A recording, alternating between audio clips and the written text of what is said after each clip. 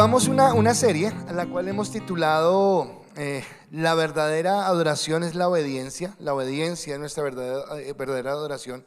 Y hemos dicho que Dios, más que los sacrificios, más que nuestros aspavientos, más que nuestras cosas, lo que Él quiere es que caminemos conforme a la palabra. Y yo quiero decirle que la palabra de hoy, si usted la logra entender, si logra entenderla, Dios le dé la revelación, va a ser tremendamente poderosa. Porque en esta serie que llevamos del Salmo 119, bueno, creo que este ya no es un secreto, que el Salmo 119 está totalmente enfocado a la palabra. O sea, habla de la palabra, la palabra, la palabra, la palabra. Y bueno, y la pregunta es, ¿por qué le da tanto énfasis o por qué le da tanto valor a la palabra? Porque la palabra es lo que realmente transforma, la palabra es lo que realmente cambia, la palabra es la que de pronto nos redarguye y la palabra es la que nos permite a nosotros caminar en el proceso de lo que Dios quiere.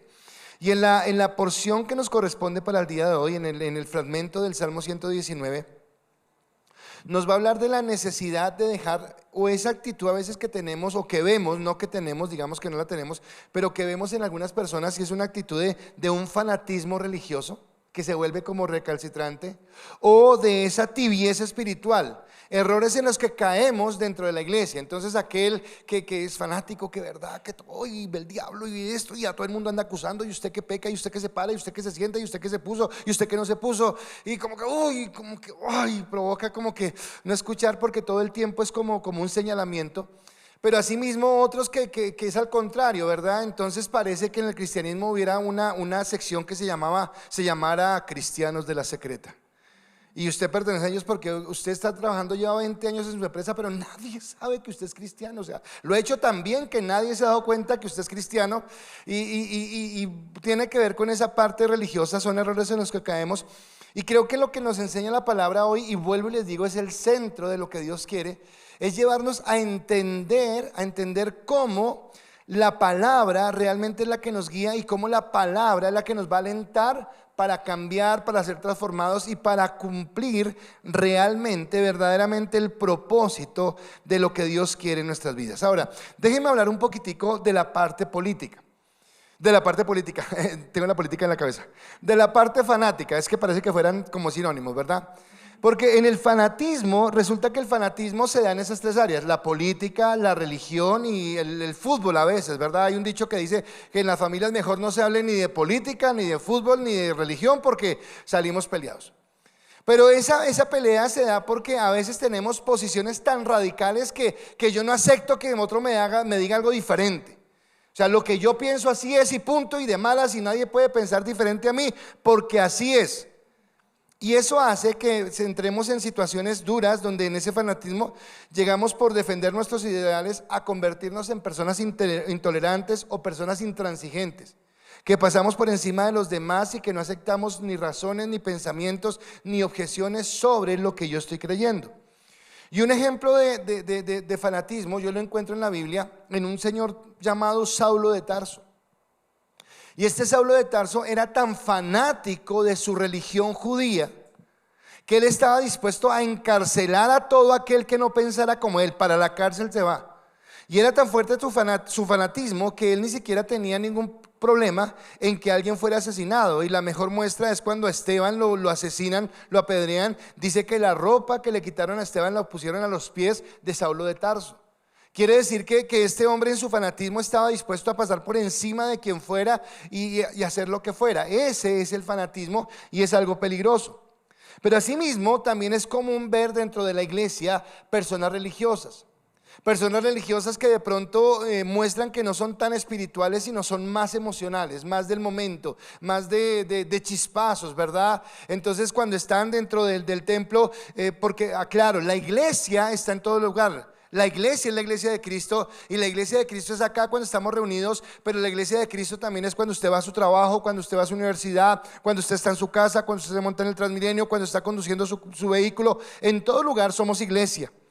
Pero tal vez cuando estamos dentro del recinto como tal, entonces nos mostramos muy espirituales, que amamos a Dios con nuestro corazón, que tenemos nuestras convicciones claras en lo que es la palabra, y que tal vez amamos a nuestros hermanos con un amor sincero. Eso es lo que mostramos. Pero cuando salimos a otros contextos, cuando salimos a otros lugares, cuando estamos en lugares diferentes, de pronto como que Puede haber cierto temor, cierta situación que amedrenta nuestras vidas porque de pronto se van a burlar de nosotros, que nos van a decir, nos van a juzgar. Entonces yo prefiero como quedarme callado, o de pronto la situación es tan buena y es tan tentadora que a mí me gusta hacer lo que están haciendo acá, entonces como que mejor me quedo callado. Y es cierto que sí, que fui a la iglesia y dije que amaba a Dios con todo mi corazón, pero pues sí lo amo con todo mi corazón, pero es que también me gusta. Y empiezo a tener esa ambivalencia en lo que hago. Y ese ejemplo bíblico también lo tengo en la palabra, está en Pedro, ¿verdad? Entonces Pedro un día están reunidos en un contexto muy espiritual. Está Jesús con sus 12 apóstoles, está un grupo íntimo y Jesús dice, suelta la perla y dice, bueno, voy a morir, voy a ser entregado, voy a ser llevado a juicio, me van a torturar, me van a crucificar. Y sale Pedro y dice, jamás, mi vida doy por ti, estoy dispuesto a entregar mi vida, no te acontezca esto. Yo creo que Jesús lo miraba y decía, ay, Pedrito, usted calladito se ve más bonito. Porque después le dice, Pedro, de cierto te digo que hoy, antes de que el gallo cante 3 veces, me vas a negar. Y lo triste es que realmente pasa eso que sucedió, porque tal vez Pedro se sentía muy valiente cuando estaba en el ambiente espiritual, pero cuando salió a otro ambiente que era adverso, que era diferente, ya no fue tan valiente, ya no fue tan firme, ya no estuvo tan cimentado en lo que él tenía como la palabra. Y entonces vemos que por miedo al rechazo, por miedo a las consecuencias que tuviera ese rechazo, pues él se olvidó. Y a veces nosotros somos como Pedro, y no es por miedo al rechazo, sino también porque nos gusta lo que está pasando, el ambiente en el que estamos viviendo, y rapidito se nos olvida de lo que nosotros hemos creído y hemos confesado. Ahora es muy difícil que una persona que sea fanática y que aleje a las demás personas de su fe por sus comentarios, por su intransigencia, o una persona que sea religiosa, una persona que no logre tener una verdadera firmeza en el Señor, pues en primer lugar que logre tener una plenitud en Cristo. Creo que no es posible tener una plenitud en Cristo. Y si yo como individuo no logro tener una plenitud en Cristo, mucho menos voy a tener la capacidad de decirle a otro o de mostrarle a otro que Cristo es una respuesta verdadera, porque ni siquiera en mi vida se ve, ni siquiera en mi vida o en mis hechos o en mis actos se ve que estoy viviendo en esa plenitud. Por eso para mí el Salmo 119, en la porción que nos corresponde hoy estudiar, nos habla de este aspecto, y he titulado la enseñanza de esta mañana, del fanatismo y la religiosidad a la convicción. Del fanatismo y la religiosidad a la convicción. Porque creo que una de las cosas que daña o que tiene tan seca la iglesia en estos días es esa falta de convicción. Tenemos mucha gente fanática, o tenemos mucha gente religiosa. Hay muchos cristianos, hoy en día hay muchos cristianos. Es más, parece que ser cristiano fuera la moda. Pero queremos ser cristianos a nuestra manera, como a mí me parece, pero no realmente como la palabra nos dice. Y acá es donde la palabra nos va a hablar. Por eso, del fanatismo y de la religiosidad a la convicción. El fanatismo y la religiosidad, ¿dónde se hacen palpables? En ambientes diferentes. De pronto en un ambiente como estos no, porque acá es fácil camuflarlo. Aquí el religioso se camufla fácil, ¿verdad? Porque no, yo amo a Dios y yo quiero, y hablamos, y hermano para acá y hermano para allá, y tenemos la jerga y tenemos todo. El fanático hasta de pronto nos muestra un celo por el Señor y por el amor y por todo lo que quiere. Entonces acá se camufla muy bien, pero donde realmente se hace notorio quién es religioso o quién es fanático es cuando nosotros tenemos nuestra vida cotidiana en donde ya no estamos dentro de la iglesia. Entonces en este momento todos acá estamos bien, pero mañana vamos a ir al trabajo, mañana vamos a ir a una notaría, mañana vamos a estar en un juzgado, mañana vamos a presentar una hoja de vida, mañana vamos a ver un programa de televisión, o vamos a ir al cine, o vamos a ver esta noche una serie, o vamos a hacer cuántas cosas hacemos que están fuera del ambiente espiritual. Y allí es donde realmente se ve cómo estamos. Cuando hacemos un negocio se ve realmente cómo estamos en nuestra vida espiritual, cómo caminamos con respecto a esos principios y valores que Dios tiene. Ahora, déjeme decirle algo, cuando un cristiano es verdadero cristiano, el verdadero cristiano se ve porque tiene convicciones. Pero generalmente esas convicciones, escúcheme, no el ser religioso o el ser fanático, sino las convicciones van a hacer que la gente nos rechace. ¿Por qué? Porque yo no estoy de acuerdo con. Entonces ya no me voy a reír con el chiste. Entonces voy a tener una postura diferente a como antes hacía negocios. Voy a hablar diferente con respecto a lo que habla todo el mundo. Y cuando yo empiezo a marcar la diferencia, esto como que no es tan agradable, esto como que no gusta y nos volvemos como personas que generan como cierta repulsión. Ahora, a Jesús esto no lo tomó por sorpresa y Jesús mismo le dijo a sus discípulos: estas cosas os he hablado para que en mí tengáis paz. En el mundo tendréis aflicción, pero confiad, yo he vencido al mundo. Entonces me habla de que sí, va a haber cierta resistencia. Juan capítulo 16, versículo 33. Va a haber cierta resistencia. Pero escúcheme esto, es muy diferente ser resistido o ser rechazado por mis convicciones a ser rechazado por mi fanatismo. Es una cosa totalmente diferente. Entonces yo soy el contador de la empresa. Es muy diferente que mi jefe me coja adversión, porque de pronto me dice: venga, es que vamos a hacer unos pagos, pero necesito que usted los esconda y que haga esto para... Es muy diferente que yo me pare y le diga: qué pena, no lo voy a hacer, porque obviamente a mi jefe no le va a agradar eso. No estoy siendo fanático, estoy siendo radical. A que de pronto yo sea el constador de la empresa y cada que vea a mi jefe: usted sí es como hijo del diablo, ¿no? Se la pasas por allá hartando y haciendo un montón de cosas. Hijo del diablo, sea para el infierno. Es muy diferente. Quiero dejarlo claro, porque es que es muy diferente ser radical, mi postura, a sentir que yo soy mejor que los demás y tener el derecho de señalar. Esas son dos cosas que no tienen que ver una con la otra. Entonces es muy diferente ser rechazado por mis convicciones a ser rechazado por mi fanatismo. De igual forma, sería muy triste, sería muy frustrante, sería muy lamentable que nosotros, hablando de eso que dije al principio de la secreta, pasemos de desapercibidos en medio del mundo porque en nosotros no hay ninguna radicalidad. O sea, lo mismo que hace todo el mundo lo hacemos nosotros. Como habla todo el mundo, hablamos nosotros. Como piensa todo el mundo, pensamos nosotros. Y claro, pues nadie va a decir: ¿verdad? Este es una persona cristiana. Ahora, yo quisiera hacerle una pregunta. ¿Qué pasaría si cada uno de nosotros hoy tomara esa conciencia de decir: bueno, quiero ser un cristiano que tenga una convicción plena en Cristo? ¿Qué cambiaría eso en su hogar? ¿Qué cambiaría eso en su trabajo? ¿Qué cambiaría eso en las personas que lo ven a usted? Porque esto es lo que la gente ve de nosotros, lo que nosotros somos como esas personas que caminamos de acuerdo a esa radicalidad. Pero como no somos radicales o no tenemos convicciones, sino tenemos es un fanatismo o una religiosidad, entonces el profeta Oseas dice lo siguiente: mi pueblo fue destruido porque le faltó conocimiento. Por cuanto desechaste el conocimiento, yo te echaré del sacerdocio. Y porque olvidaste la ley de tu Dios, también yo me olvidaré de tus hijos. Y acá viene lo mismo.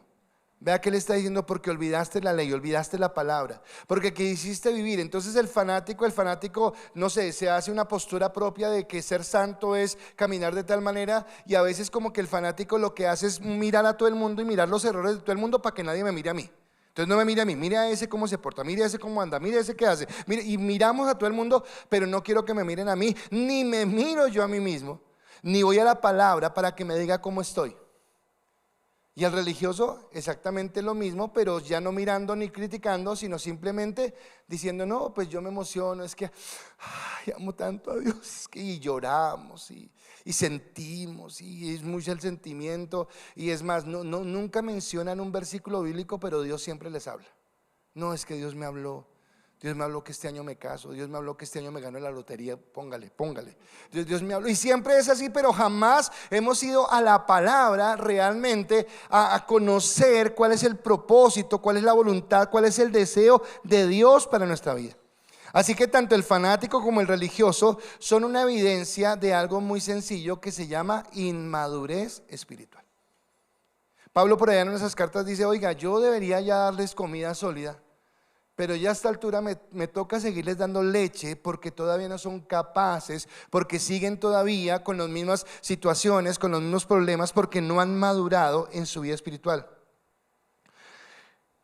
Y cuando yo soy inmaduro espiritualmente, por más que diga que sea religioso, lo que estoy mostrando es que camino en contra de la voluntad de Dios. Ahora, voy a hacer unas preguntas y quiero que con estas preguntas usted mismo se analice. Ahora, no, veo que hay esposos acá, veo que hay padres e hijos, así que por favor, prohibido mover los codos. O sea, yo no voy a decir esto para que usted le codee al que tiene al lado. Si quiere, más bien acomode el codo hacia usted mismo y usted se codea. Usted se da duro cuando usted diga, esto es para mí, pero no codea a nadie. Pero yo quiero preguntarle esto. ¿Cómo está en este momento tu comunión con Dios? Pero serio, serio, ¿cómo está tu comunión con Dios? ¿Cómo está tu intimidad con Él a diario? Segundo, esta segunda la vas a aplicar desde tu lugar. O sea, tú eres esposo, tú eres esposa, tú eres papá, eres mamá, eres hijo, eres hija, eres hermano. ¿Cómo estás? ¿Qué trato le das a tu familia? En este momento tú, ¿qué trato le estás dando a tu familia? ¿Cuál es tu desempeño en tu trabajo? ¿Estás haciendo bien tu trabajo? ¿O estás estudiando a conciencia? Si estás en la universidad, si estás en el colegio, o si trabajas, o si haces todas las anteriores, ¿lo estás haciendo bien? Escúcheme esta. ¿Qué valores tienes cuando haces un negocio? Porque allá también alcanza tu cristianismo. Entonces, cuando tú vas a hacer un negocio, cuando se van a firmar unos papeles, cuando estamos hablando de comprar y vender algo, ¿cuáles son los valores que tú aplicas para hacer esos negocios? ¿Los valores del mundo o los valores de la palabra? ¿Qué filtros usas cuando vas a ver redes sociales, cuando vas a ver una serie o cuando vas a ver una película? Ay, pastor, pues sale de todo, pues uno se tapa los ojos. No, ¿en serio? ¿O usted es consciente de la habilidad que tiene y usted le pone filtro a lo que ve? A mí algo que me impacta, y no sé si lo diga más adelante, pero esta mañana Dios me lo colocaba, es como José en la casa de Potifar. José no se las dio de valiente. A ver, ¿qué va a hacer? A ver, en pelotes y a ver, no, él prefirió correr. Él prefirió huir. ¿Y sabe por qué huyó? Porque él era consciente de su debilidad. Él dijo, me quedo acá y algo pasa. Prefiero correr, prefiero alejarme.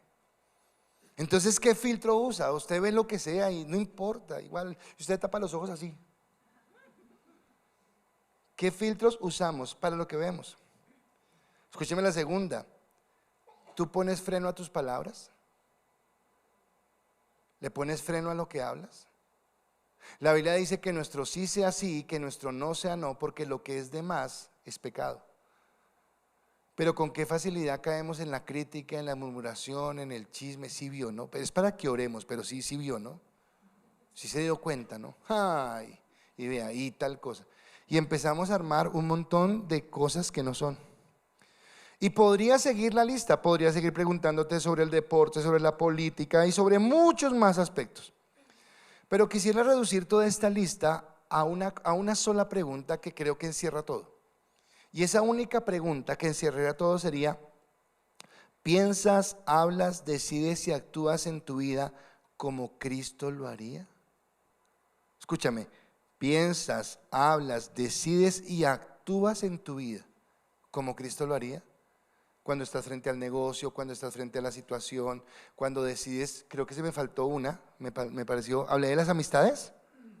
No dije nada, ¿cierto? Sí me faltaba, yo la tenía acá. ¿Qué criterio aplicas en tu elección de tus amistades? Porque no todas las amistades son buenas.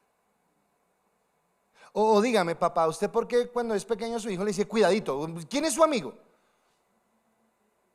¿Por qué a un niño sí le cuidamos y por qué nosotros no? ¿No es lo mismo? ¿No es exactamente lo mismo que yo saber con quién me junto, con quién ando? Porque esa persona me podrá acercar más o me podrá alejar más del propósito. Entonces aquí, resumiendo, piensas, hablas, decides y actúas en tu vida como Cristo lo haría. Es por eso que en el Salmo 119, versículo 33 al 40 nos va a hablar de cómo ser movidos del fanatismo, de la religiosidad a la convicción. Y yo quiero que le prestemos mucha atención, porque acá, y voy a adelantarme un poquitico, pero es como para que usted me vaya entendiendo. Uno de los errores que tenemos, o bueno, que yo tenía, no sé si es el suyo, pero que yo tenía, era que yo pretendía ser bueno por mis fuerzas. Es que yo pretendía portarme bien porque pues Dios, ¿cómo no? Tengo que portarme bien, tengo que hacer. Y estaba tan enfocado en quererme portar bien que resultaba era portándome mal. Que creo que Pablo lo dice en Romanos, ¿verdad? Y quiero hacer lo bueno y quiero caminar bien y quiero, pero resulta que en mis miembros, en mi carne hay otra ley diferente. Y yo todavía sufro con eso. Si usted no sufre con eso, gloria a Dios, lo bendigo, pero yo aún sufro con eso, con esta carne que nos lleva a desear, a querer, a hablar, a mirar lo que no deberíamos, porque hay una lucha interna. Y acá entonces no se trata de látigo, látigo, látigo, no, no, no. Espero que entienda esta palabra y que cuando hablemos de convicción, Dios realmente hable a su corazón. Porque Saulo, el fanático, ahora Saulo, porque es fanático. Cuando uno ve en Filipenses capítulo 3 su hoja de vida, ya obviamente ha sido convertido, pero imagínense, si esto lo dice él ya siendo convertido, imagínense cómo habla de su hoja de vida cuando no era convertido. Yo soy fariseo de los fariseos. En cuanto a la ley irreprensible de la tribu de Benjamín, tengo visa romana. ¿Cuántos de ustedes tienen visa romana? Es más, no tengo visa, tengo ciudadanía romana. O sea, el hombre hablaba con orgullo de lo que él tenía. Pero este hombre, cuando se encuentra con Cristo, no solamente es mudado su nombre de Saulo de Tarso a Pablo, sino que ahora entiende que no es en sus fuerzas, que no es en su capacidad, sino que es por el sacrificio de Cristo. Por otro lado, Pedro, usted sabe que dice que va a dar su vida por Jesús, después lo niega, se arrepiente.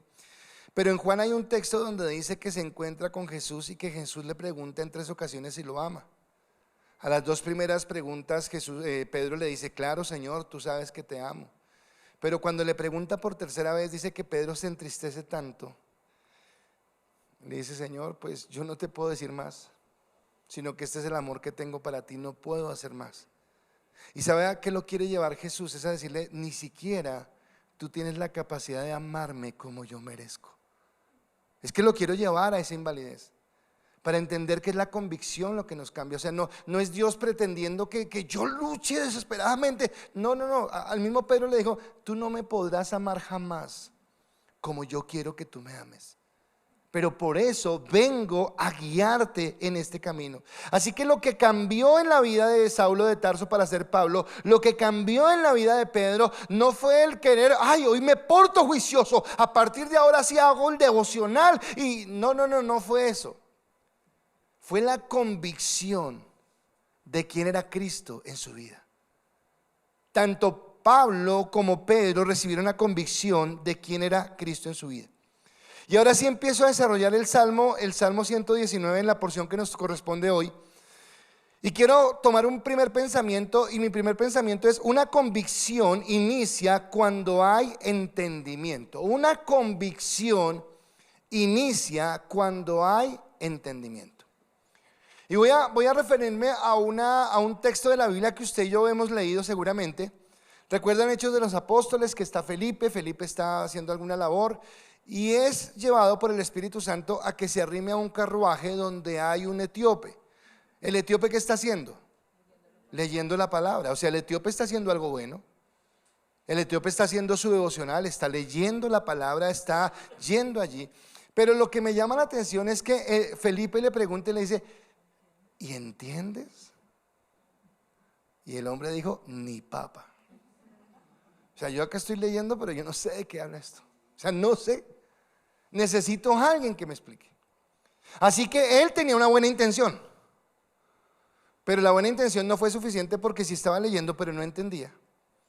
Es como si me pasaran un libro de un ingeniero o de un médico por allá. Una vez cuando mi mamá estaba enferma, yo les dije que estaban unos estudiantes de medicina estudiando los huesos, y eso lo recitaban de memoria. Y yo decía: uy, no, mucho teso esta gente aprendiendo a tener cuántas cantidades de huesos y de cosas. No, hay cosas que de pronto me hablan a mí, yo no entiendo. Y acá él está diciendo esto. Así que si yo no entiendo algo, mucho menos voy a tener una convicción. Si yo no entiendo algo, escúcheme esto. Es diferente cuando usted le dan una orden y usted la obedece, pero usted no sabe ni para qué. Entonces usted lo mandaron clavar una puntilla y usted está clavando la puntilla. ¿Y para qué está clavando la puntilla? No sé. Entonces me mandaron.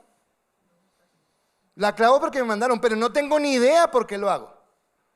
Pero si le dicen, oiga, clave una puntilla porque es que vamos a colgar un cuadro bien bonito, no sé qué, y el cuadro pesa tanto y el cuadro es de tal. Usted va a mirar qué tamaño es la puntilla. Porque entiende qué es lo que va a hacer. Es diferente cuando usted le dan una orden y usted la obedece. Entonces, ¿y por qué no compra lotería? Que usted dijo ahorita que no podía comprar lotería. Pues porque no es que allá esos cristianos dicen que es prohibido. ¿Y por qué? Yo no sé. No, yo tengo que entender el por qué algo. Porque el entendimiento me da la convicción. Entonces el salmista en el Salmo 119, versículo 33 y 34 dice: enséñame, oh Jehová, el camino de tus estatutos y los guardaré hasta el fin. La primera parte dice enséñame. La segunda parte, dame entendimiento y guardaré tu ley y la cumpliré de todo corazón. Él no le dice solamente que le enseñe, sino le dice sobre lo que me va a enseñar, deme entendimiento. Me ha pasado a mí, pero a veces con chicos que están en el colegio, están en sus problemas de matemáticas y no entienden, no sé qué, y algunos han llegado a mi oficina y yo les digo, vea, es así, no sé qué, pero no entiendo, hasta que llegamos como que se prenden, ¡ay, entendí! Claro, es que esto es con esto porque esto es... entendí. Cuando alguien entiende algo se hace más claro. Como, pues espere, ya no es que porque sí, sino tiene una razón de ser. Y lo mismo es en la palabra. Ahora, hemos insistido hasta la saciedad la necesidad de que todos hagamos el devocional. Ahora, espero que ya lo estemos haciendo, espero. Pero resulta que ahora se la pongo más dura. Porque si usted no está haciendo el devocional, ya está más colgado que el resto. Pero el devocional no es suficiente. Pastor, ¿cómo así que el devocional no es suficiente? No, si el devocional diario que usted hace no lo confronta y no lo transforma, no sirve para nada. ¿A qué me refiero? Entonces, es un ejemplo, no voy a decir que, pero es un ejemplo. Entonces yo leí esta mañana en mi devocional y en mi devocional me hablaba acerca de cómo un pequeñito llamado David fue y enfrentó a un gigante llamado Goliat y con una honda cogió una piedra y ¡pum!, lo tumbó al piso. Y usted me pregunta, ¿y cómo le fue en el devocional? Súper. ¿Y qué pasó? No, imagínese, el chiquitico cogió una y lo botó al piso y después la espada. Ok, y pues, ¿qué más? Imagínese, eso sería para una película. Y bueno, ¿y qué más? No, pues chéverísimo. Bueno, ¿y qué le dijo? No, pues no, ya conozco la historia. Bueno, usted conoce la historia.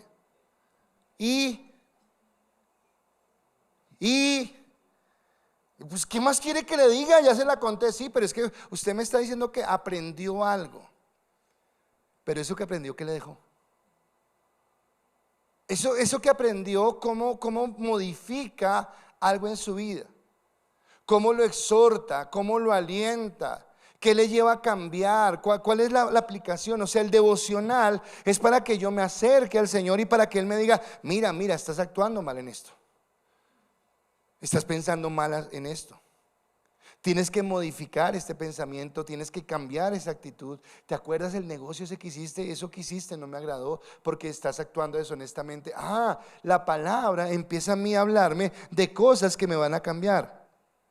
Así que el camino de los estatutos de los que habla el salmista es el entendimiento a una nueva forma de vida. Lo que me lleva a la palabra es entender que Dios me lleva a caminar de una manera diferente, a tener una nueva forma de vida, que mi vida pasada quedó atrás y que ahora camino de la forma en la que Dios quiere. Ahora escúcheme algo que me parece espectacular. El entendimiento ni siquiera es el entendimiento de una norma. Es el entendimiento del amor con que Dios nos ha amado. Saulo de Tarso estaba súper alejado de Dios, aunque él pensaba que estaba cerca de Dios. Cuando Pedro niega a Jesús, está mostrando lo lejos que está de Jesús. Pero aunque los dos están lejos de Jesús, ¿quién es el que está cerca de ellos? Dios. Y Dios les muestra su amor y les muestra su misericordia. Y ellos tienen que entender que a pesar de su debilidad, que a pesar de su carnalidad, que a pesar de su incapacidad para acercarse, es Dios el que se acerca en el amor y en la gracia. Así que ellos tienen el entendimiento no de la norma como tal, sino de quién da la norma, del amor que está detrás de esa norma. norma y de cómo esa norma o esa vida o ese autor de la vida les va a dar vida a ellos mismos. Hará que decidamos amarle con toda nuestra mente, con toda nuestra alma y nuestro corazón. Eso es lo que hará, pero lo hará la palabra. No soy yo diciendo voy a amar a Dios con todas mis fuerzas. No, no, no, no. No soy yo, es Dios el que vendrá a enamorarme de esa manera. Cuando a Jesús le preguntan sobre el gran mandamiento, voy a tomar el texto de Marcos 12:30, dice: y amarás al Señor tu Dios con todo tu corazón y con toda tu alma y con toda tu mente y con todas tus fuerzas. Ese es el principal mandamiento. Pregunto, ¿cuántos de acá amamos a Dios así? Qué triste, no podemos. Yo no puedo amar desde mi naturaleza a Dios de esa manera. Amar a Dios de esa manera es imposible sin algo que se llama regeneración. ¿Y eso qué es? ¿Dónde se compra? La regeneración es lo mismo que el nuevo nacimiento. Cuando Dios, desde su voluntad, por su gracia, por su misericordia, estando nosotros muertos en nuestros delitos y pecados y apartados de la gracia de Él, colocó de su amor en nuestro corazón para que pudiéramos empezar de nuevo en Él y para caminar. Ahora, sin regeneración, escúcheme, si no hay regeneración, es imposible entender el amor de Dios. El mundo, quien no tiene a Cristo en su corazón, quien no tiene al Espíritu en su corazón, no puede entender esta dimensión de amor. Por eso lo ve religioso. Es como el que pega la puntilla. Pues ellos pegan la puntilla, pero ni saben por qué. No, sí sabemos por qué. Ellos no entienden porque no tienen la revelación de la palabra. No entienden lo que Dios ha hablado. Así que esa regeneración me lleva a entender que es por nosotros que Cristo murió, que es por nosotros que colocó la ley, que todo lo hace para que caminemos en su bendición. Ahora sí, el versículo que les voy a leer a continuación no es para todo el mundo. No es para cualquiera que lee la Biblia y lee, sí, voy a hacer eso. No, es solamente para aquel que ha nacido de nuevo. Ahora, si usted ha nacido de nuevo, quiero preguntarle algo. ¿Usted que ha nacido de nuevo, ama a Dios? O sea, ninguno ha nacido de nuevo acá. Señor Padre, usted, espero, ¿cuántos tienen fe de que ha nacido de nuevo? O están perdidos o están dormidos. ¿Cuál de las dos? ¿Han nacido de nuevo? Si usted ha nacido de nuevo, ¿ama a Dios? Usted que ha nacido de nuevo, usted que conoce la palabra y usted que ama a Dios, Jesús le dice: si me amáis, guardad mis mandamientos. Sencillo. O sea, no es de labia. Ay, te amo, Dios. No. Si me amas, guarda mis mandamientos. Camina como yo te digo. Entonces amamos a Jesús, pero ya nos damos cuenta que el amar a Jesús no es un asunto de fanatismo, donde yo quiero mostrarle a Dios que yo sí soy más espiritual que el resto. O no es una forma o una manifestación solamente de algo emocional. Ay, Dios, ¿cómo te amo? No, es realmente: si me amas, cumple mi palabra. Ahora imagínense si no leemos su palabra. ¿Qué es lo que pasa con el fanático? ¿Qué es lo que pasa con el religioso? Que si no leo la palabra, ¿cómo entiendo a qué me está pidiendo Dios? Entonces es convicción, pero esa convicción empieza con entender que Dios nos amó primero. Y acá yo quisiera no detenerme porque sigo en la prédica, pero sí quisiera que usted se detuviera un momento a entender con qué amor Dios te ha amado. Porque Dios nos ha amado a pesar de. Dios nos ha querido a pesar de nuestros pensamientos, de nuestras actitudes. Dios nos ama. Y ese pensamiento me lleva al segundo, que es: el entendimiento produce convicción. Ahora sí, si yo entiendo, cuando yo entiendo, ese entendimiento produce una convicción en mi vida. Entonces Saulo fue transformado, escúcheme, Saulo fue transformado porque tuvo un encuentro personal. Entonces volvamos otra vez a la historia de Pablo, Hechos capítulo 9. Saulo de Tarso, ¿qué está haciendo? Saulo de Tarso en su fanatismo está irritado porque hay un nuevo grupo de gente loca por allá, los llaman del camino, pero otros los llaman cristianos y están predicando el nombre de un tal Cristo y no están teniendo en cuenta la ley, y él se siente ofendido y se siente ofuscado y va y consigue cartas para llevarla esto. Escúcheme. Los que han estudiado saben esto, y si usted no ha estudiado, espero que lo sepa o que lo aprenda. Pero del Génesis al Apocalipsis, la Biblia tiene un personaje central, alguien que la inspiró, alguien que la sopló como aliento de vida, pero alguien que también está protagonista en ese libro, y ese personaje se llama Cristo. Así que cuando yo dije hace un momento que cuando voy a la palabra no voy a encontrar una norma, sino voy a amar al que dio la norma, quiere decir que estoy buscando a Cristo. Ahora, Saulo de Tarso, él dice: yo soy irreprensible en cuanto a la ley. ¿Qué quiere decir? Que Saulo clavaba la puntilla, no entendía por qué, pero lo hacía sentir bien que él era obediente. Vea, soy obediente, estoy clavando la puntilla, no sé para qué, pero la estoy clavando. No conozco quién dio la orden, pero lo estoy haciendo. Cuando Saulo sale a perseguir a los que van en contra de lo que él cree que es lo correcto, una luz lo invade y lo tumba al piso. Y cuando lo tumba al piso, Pablo, que conoce la ley y que con respecto a la ley es irresponsable, pregunta: ¿quién eres, Señor? Él no conoce al que inspiró la ley. Él conoce la letra de la ley, él conoce la instrucción de la ley, pero él no conoce al que inspiró la ley. Y por esto su fanatismo lo lleva a pecar. Así que Saulo fanático fue transformado ahora en un Pablo por convicción, pero por convicción no por sus obras, porque él entiende que las obras no le han servido para nada, sino es de convicción porque ha conocido a Jesús. El Salmo, versículo 35 al 37 sigue diciendo: guíame por la senda de tus mandamientos, porque en ella tengo mi voluntad. ¿Qué está diciendo? Yo quiero guiarme por tu mandamiento porque quiero que mi voluntad sea alineada con tu voluntad, Dios. Que mi pensamiento sea alineado con tu pensamiento, que mi camino sea alineado con tu camino. Dice: inclina mi corazón a tus testimonios y no a la avaricia. Aparta mis ojos que no vean la vanidad. Avívame, le dice, en tu camino. Así que Saulo de Tarso, déjeme decirle algo de Saulo de Tarso. Como él no conoce a Jesús, entonces Saulo de Tarso se llena de orgullo. Escúcheme, él cumple la ley, pero cumpliendo la ley él mismo infringe la ley, porque él siente que es mejor que los demás, porque él siente que él es más santo, porque él siente que no ha fallado en ninguno de sus mandamientos, porque él cree que se hace acreedor de un buen nombre, de una buena fama. Y cuando uno tiene esa convicción, generalmente lo que crece en el corazón es vanidad, lo que crece en el corazón es orgullo, lo que crece en el corazón es soberbia. Así que Saulo de Tarso, que piensa que está haciendo las cosas bien, la verdad es que está mostrando que está alejado. Yo no sé si usted conozca, y lo digo no con ganas de criticar, sino lo digo porque me molesta.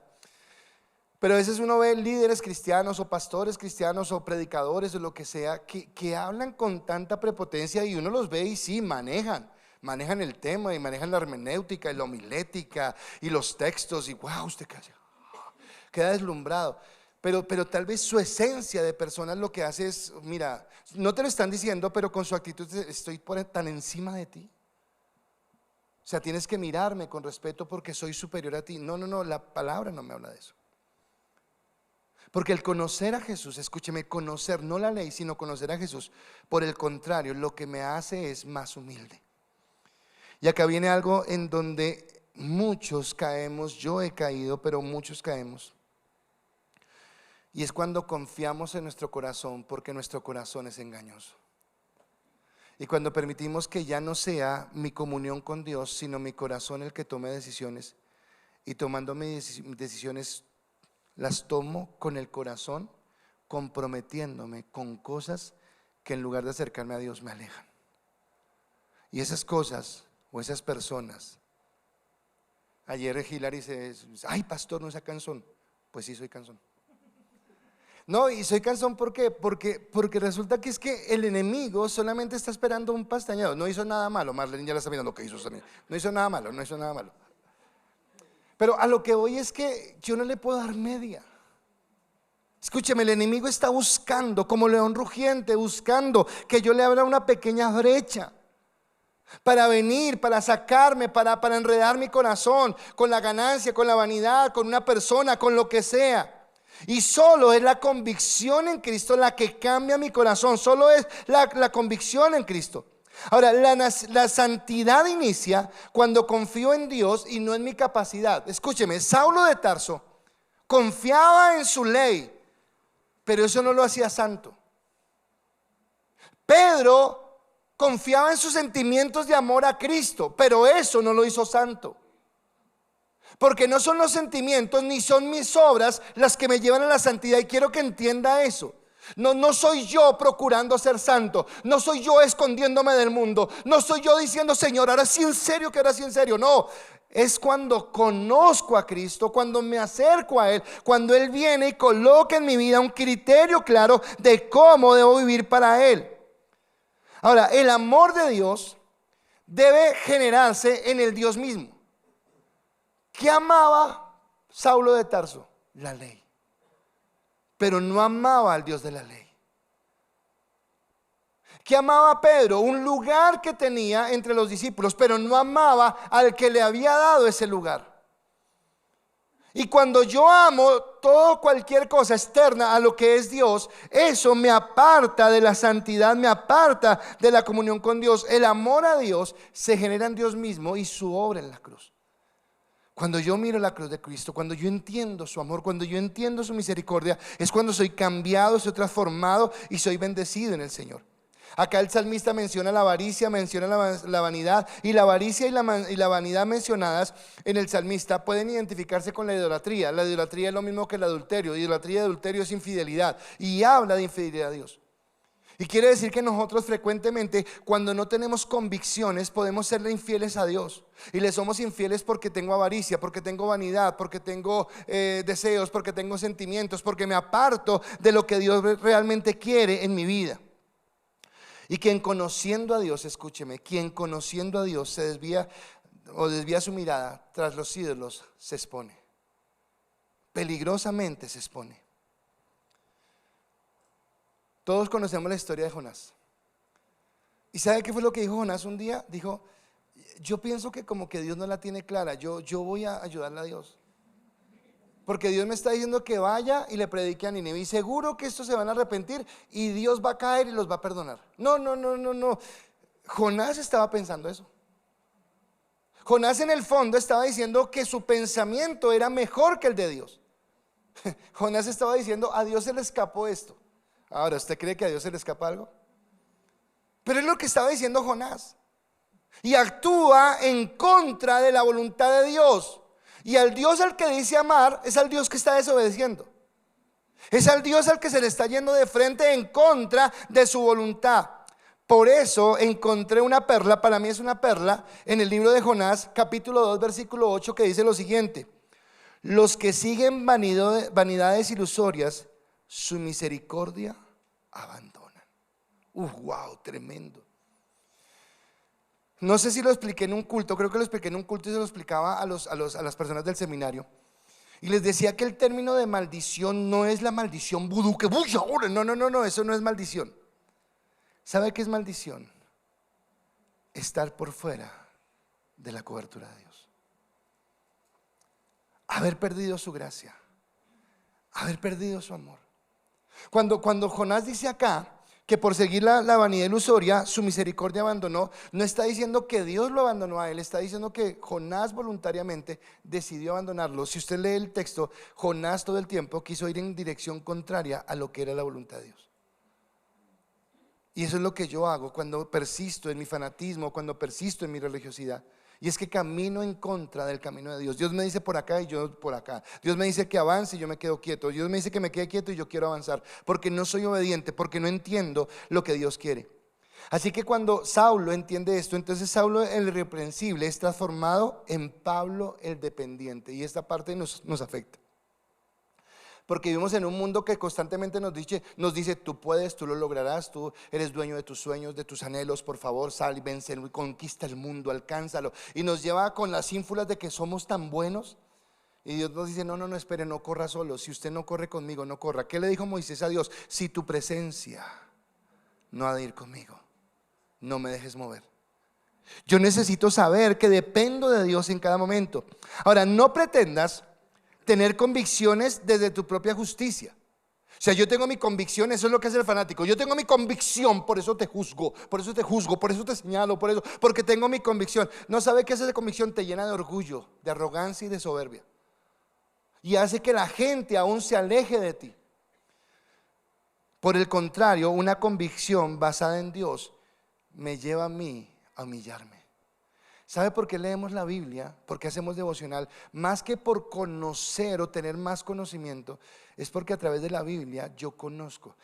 No sé, cuando usted se enamoró de alguien, de su esposa o de su esposo, o tuvo un amor en algún momento, usted quiso preguntarle cómo era su niñez, con quién vivió, cómo vivió, cuáles eran sus gustos. Pero usted no era para tener una enciclopedia de Yanira Balbuena.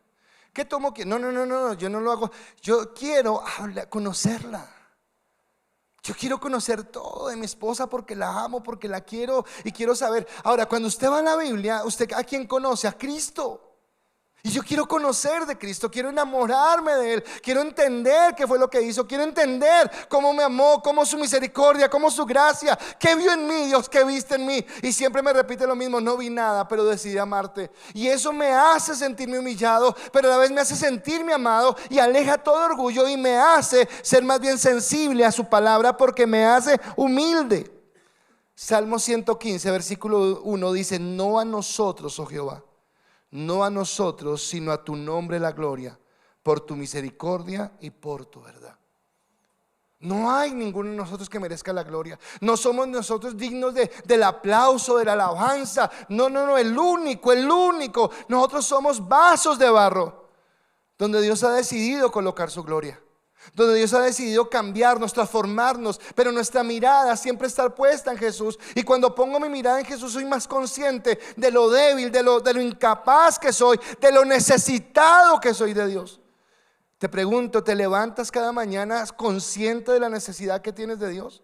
¿Te levantas cada mañana diciéndole, Dios, si tú no estás conmigo, no me dejes salir de mi casa? Y no porque sea perezoso, porque no quiere el trabajo, sino porque entiende el peligro que es caminar por fuera de la voluntad de Dios, caminar por fuera de su cobertura, llegar a hacer algo que desagrade a Dios, porque anhelo amarle y quererle. Así que la convicción, esa convicción será la que producirá santidad. Entonces no soy yo esforzándome a ser santo, sino soy santo porque entiendo que Él, a pesar de quien soy, me ha amado. Porque entiendo que a pesar de cómo camino, cómo actúo, Él me ha amado. Y esto me da pie para mi tercer punto. Una convicción produce devoción. Una convicción produce devoción. ¿Amas a Dios con vehemencia, fervor, respeto y admiración?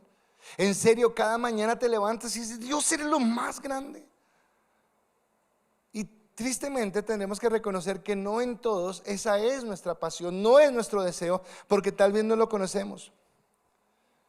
¿Sabe? Pedro se siente muy triste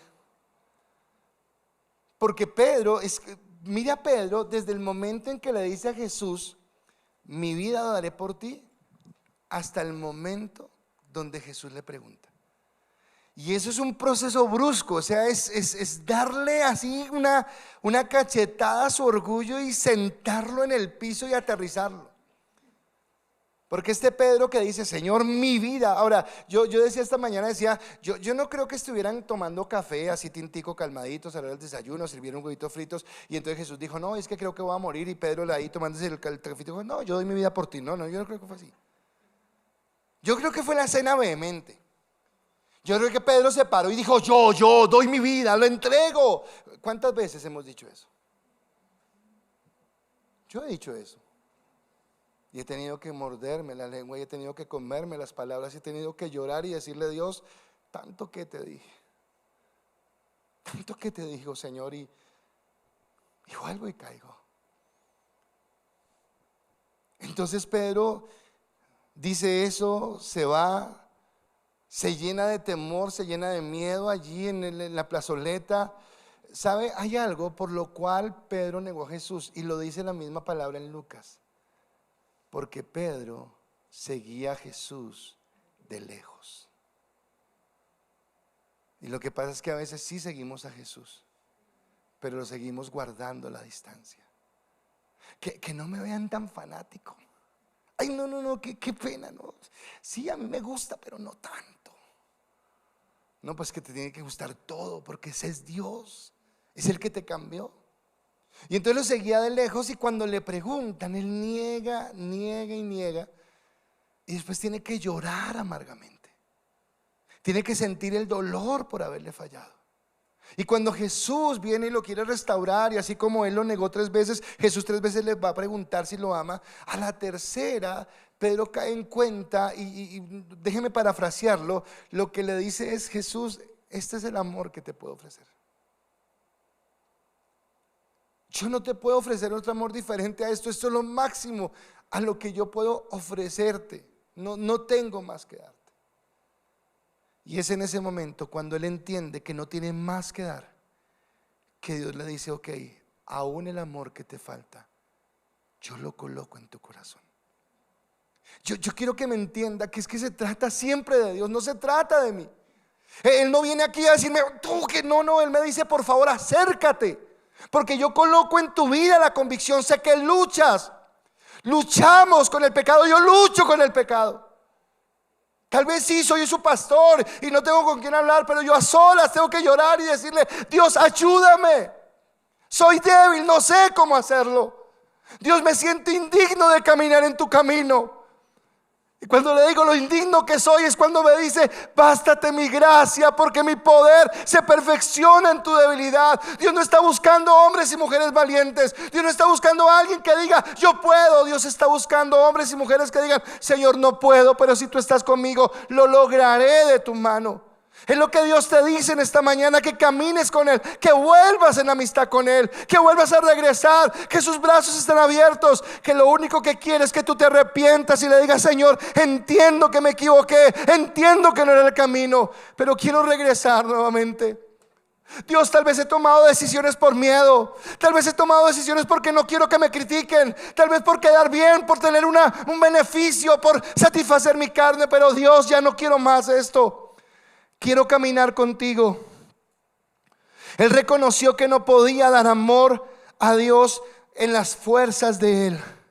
El Salmo termina el 38 y el 40 diciendo: confirma con tu palabra a tu siervo que te teme.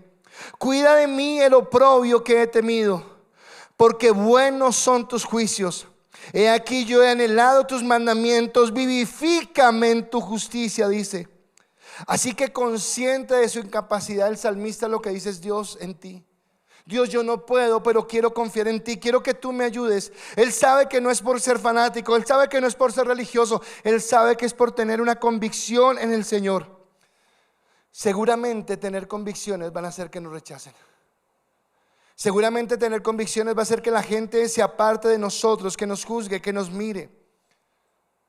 Pero cuando yo entiendo por qué he decidido la santidad, cuando yo entiendo, cuando no es simplemente que me dijeron que tenía que hacerlo, sino cuando yo entiendo por qué vivo en santidad, aunque me duela, va a ser fácil dejar las cosas que no me convienen.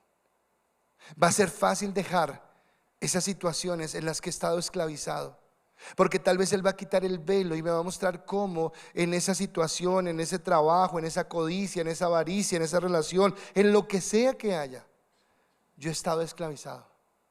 Y esa esclavitud no me ha permitido avanzar, no me ha permitido crecer, pero que ahora Dios me bendice. Y dice, el salmista dice: porque los justos de Dios son buenos. Y escúcheme, póngale cuidado a esta partecita. Cuando él habla de que los justos de Dios son buenos, él está equiparando los atributos de Dios a los atributos de la palabra. Está diciendo: los mismos atributos de Dios son los mismos atributos que tiene la palabra. ¿A qué me refiero? Que si Dios es fiable, su palabra es fiable. Que si Dios es verdadero, su palabra es verdadera. Que si Dios es fiel, su palabra es fiel. Que si Dios es inmutable, la palabra de Dios es inmutable. Que si Dios es eterno, su palabra es eterna. Que si Dios es la luz de nuestra vida, su palabra es la luz que necesitamos. y que si honramos y glorificamos a un Dios puro, su palabra es pura. Así que el salmista aguardaba, escúcheme, una promesa que nosotros tenemos. Y vuelvo a Pablo: irreprensible en cuanto a la ley. Pero cuando Jesús se le presentó, dijo: ¿quién eres, Señor? Porque no lo conocía.